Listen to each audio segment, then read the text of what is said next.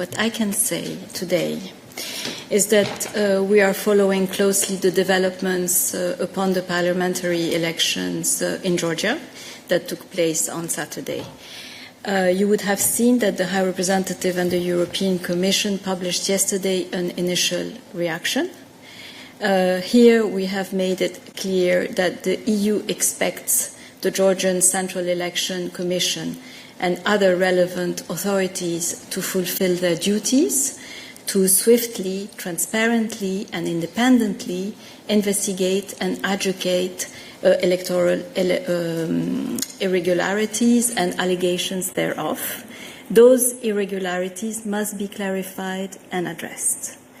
According to the OSCE and ODIHR, and international observers noted that the election day was marked by a tense environment. There were frequent compromises in vote secrecy and several procedural inconsistencies, as well as reports of intimidation and pressure on voters that negatively impacted public trust in the process. Moreover, election observers report an uneven level playing field, a devised campaign and polarized atmosphere. There were also significant concerns over the impact of the recent legislative amendments on this process. So the EU looks forward to the final report by OSCE and ODIHR and their recommendations, which should be implemented as soon as possible.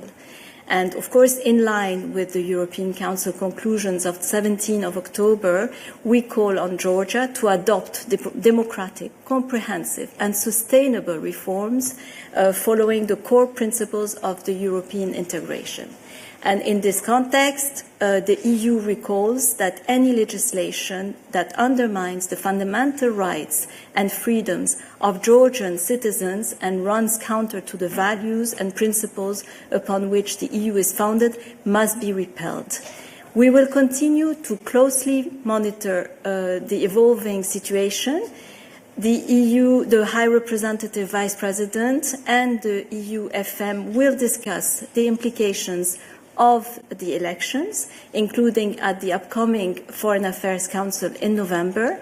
And President Charles Michel, you would have seen, has also indicated his intention of including Georgia at the upcoming informal leaders meeting next week in Budapest.